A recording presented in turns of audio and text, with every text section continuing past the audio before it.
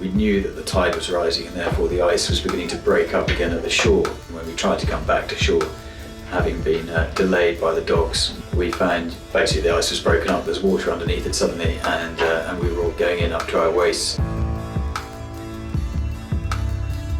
We've just lost Nick, the dog man, which is a big blow.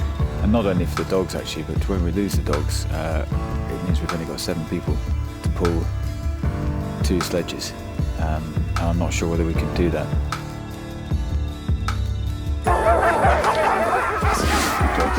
I like you all today. Don't want to kill anyone. It was yesterday, I could have quite happily slaughtered them all at one point. If we can get the dogs through, that'll be brilliant, and it'll be I think it'll be a real credit to us for the work we've done with the dogs. There are alternatives, we could ditch the dogs and man-haul thereafter, but it'd be a shame to do that. The dogs are covering more distance than we could over this terrain. That's 3 miles, 3 statute miles exactly, not even nautical miles. What a life for them. Work, work, work all day, and get a pile of, whatever they are, pellets, then curl off, get snowed on, and then work, work, work all next day.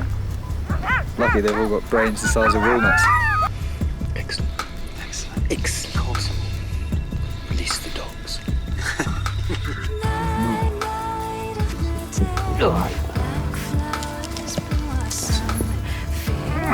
Fucking hell, boys. I'm much colder today than I was yesterday. It's just a constant struggle to keep the circulation going in my hands. Yeah, it's quite frustrating actually, and I was all for this, but no, I've changed my mind. I think this is counterproductive.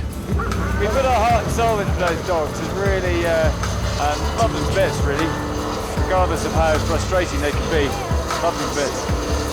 I'm sort of expecting that I'll be on Bruce's list to do the 99 days. Don't know why, I just have the feeling that he's counting on me.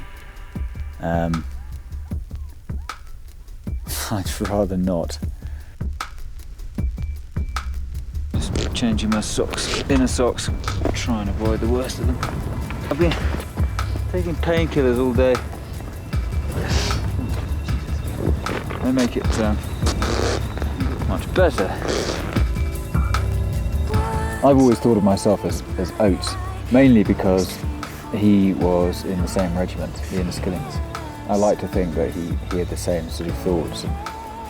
And if Scott ever said, Leo, let's push it out for another couple of miles today, he was probably going, solid, don't want to do that. If we're unlucky enough to have depoted the mast and then we get a winter wind back to here, we might as well just cut our throats anyway. What an anticlimax. All the shit places to get to. Why can't you bloody well eat it like everyone else when you're supposed to? Not save it. This is a shit hole. You must be very tough, big you. Irritating little man. I haven't been so hungry since last on a trip with Bruce. This should keep me going for another 2 hours. A sugar lump or even a raisin dropped into the kit around the tent floor, and you will pull the tent apart to find it. This is all we've come all this way for. Parry, I'm going to kill you. Scott at this juncture must have been utterly dismayed, and you can see it in the photograph of him. So we, of course, were never going to suffer that.